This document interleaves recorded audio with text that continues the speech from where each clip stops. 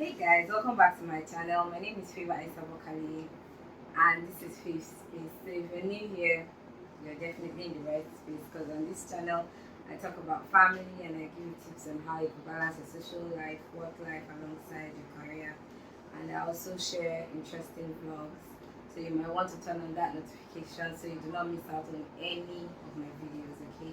And if you're a returning subscriber, thank you so much. I love you guys. Thank you very much for watching my videos up to this point and subscribing as well. I really do appreciate the support so far. So in today's video, I'm just going to be sharing with you quickly six steps on how you can make your CV stand out or impress a recruiter with just one job experience. Okay, so let's get started.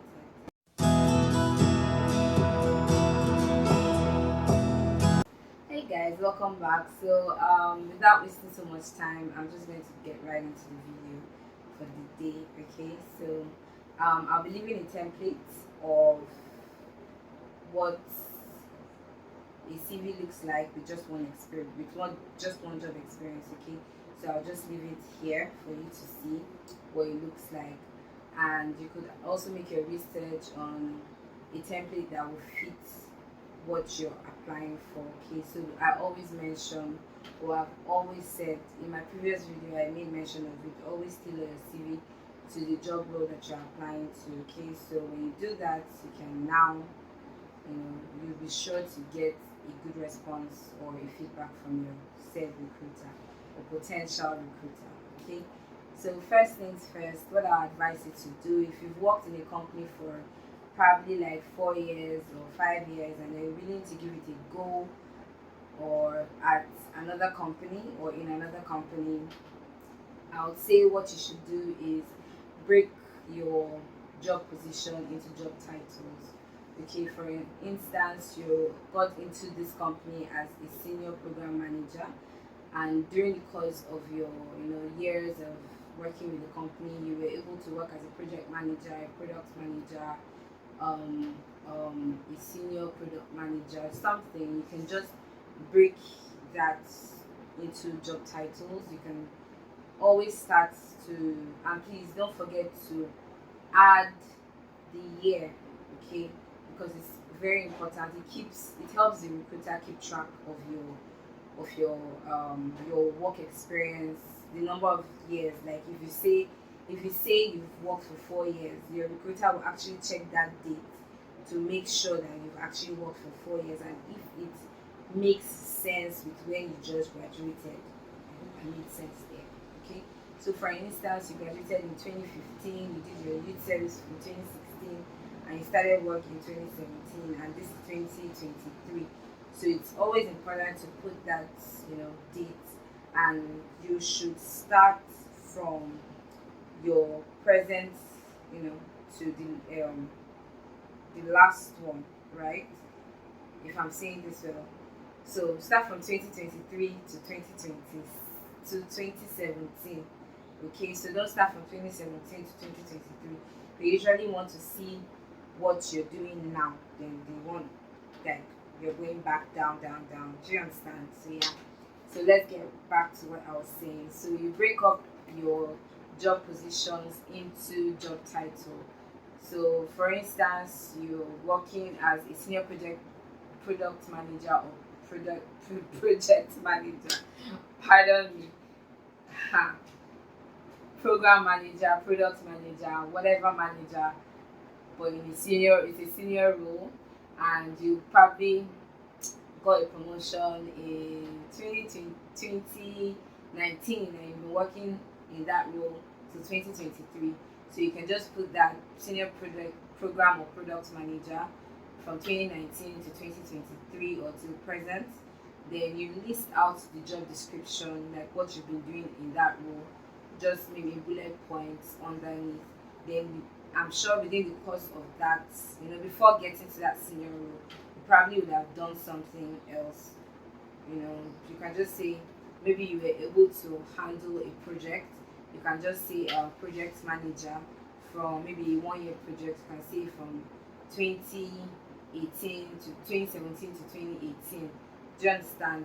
So you can just break that job position into job titles.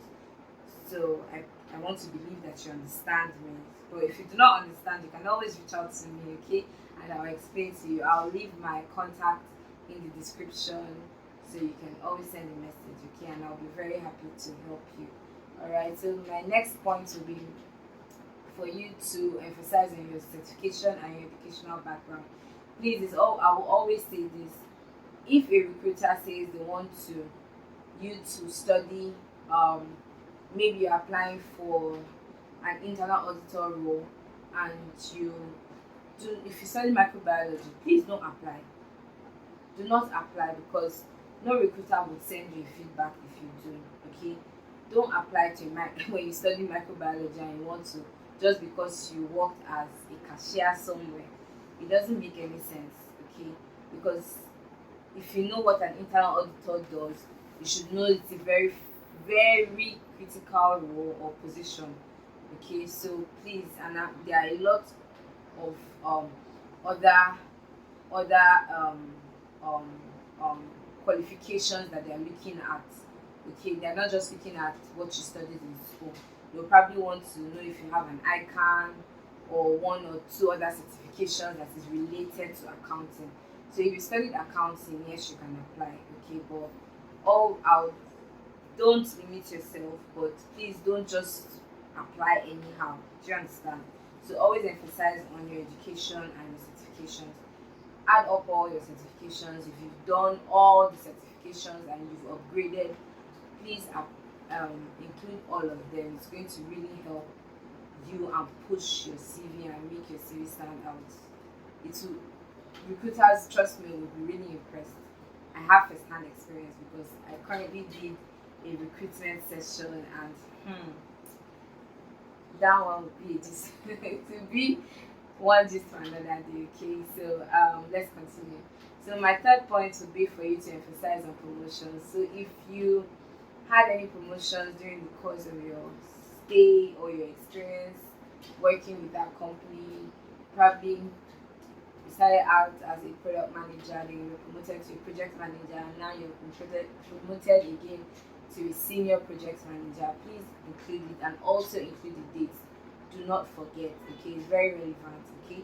Even when you're putting your education, include the date from so time to so time, okay? It just makes your CV self-explanatory and avoids any question mark anywhere, okay? So my fourth point will be for you to show your leadership experience. Yeah. So if you had any leadership experience during the course of your working with the company, please, I advise you to include that. Okay, you worked as a project manager. You can add okay, you were able to manage so probably 10 people while you were working on the project, and you successfully made the project came out successfully. You could just show some sort of leadership skill or leadership experience. Okay, then my fifth point would be for you to emphasize on your skills and your transferable skills. Please and please, I made mention of this in my other video where I talked about making your CV stand out with a career gap. If you've not seen that video, please go and check it out. It will not take you so much time, okay? Please, I cannot stop saying this. If you have skills or you do not have any skill, please go and acquire one, okay? Because it's a saving grace. Trust me. See, when you have a skill, your village people have no say in this, because recruiters will hunt for you. Do you understand? But when you don't have, you're just out of school, you're just fresh, and all that, and you've worked. So what you were working, okay? What skill have you gained, or what skill have you been able to acquire while working in this role? Please put it. If you had a skill upgrade, include it. If you have a skill that is transferable, that will be relevant to this new job position or opening that you're applying to, please indicate it. You can put this in the body of your resume or in your cover letter. Okay, so that's my fourth point. And my fifth point would be to talk about your skill progression. Yeah. So if you've had any skill progression, probably um, I can't really think of a quick example right now, but I'm sure you should understand what I mean. Like, skill progression. You started off with this skill and you've been able to upgrade, and you're now using that new skill that you've upgraded to actually work in real life situations or in real time. Do you get? You're not just acquiring and keeping. Okay, you acquire, you make use of it, you progress to the next one. Do you understand? So yeah, that's what I mean by skill progression. Okay, so my bonus tip and the last tip, which is the sixth one, it's actually 5 tips, but I just wanted it to be 6 tips. Yeah, so the last tip I will be giving to you is to please write your CV in the correct format.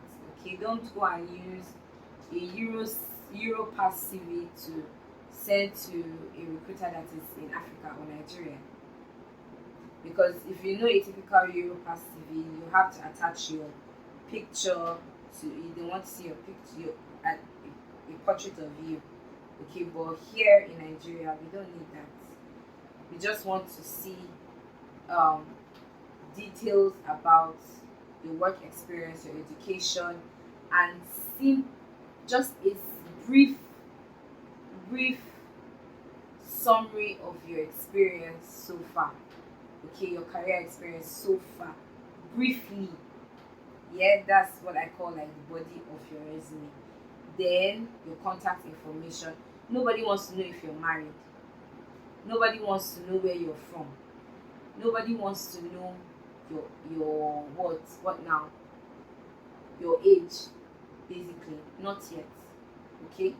Eventually they would ask, but at this time they just want your contact information, your name written boldly at the top, your contact address, that's your email address, your house address, your LinkedIn. If you have LinkedIn, please put it. I'm not promoting this video for LinkedIn or anything, but it's very important you put that if you have it. Okay, then you include your phone number, and you could just, yeah, that's basically it. They don't want to see married or single or whatnot. Okay, then you put the body of your career summary, then your work experience, from your present to where you started. All right, in descending order.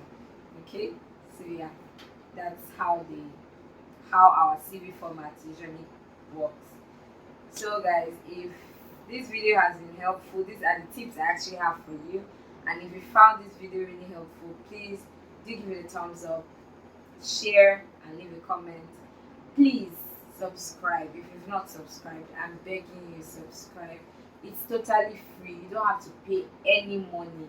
Please do subscribe to my channel, and I'm pretty sure you would learn a lot on this channel. Okay, so thank you so much for watching this video till the end, and I'll see you in my next video.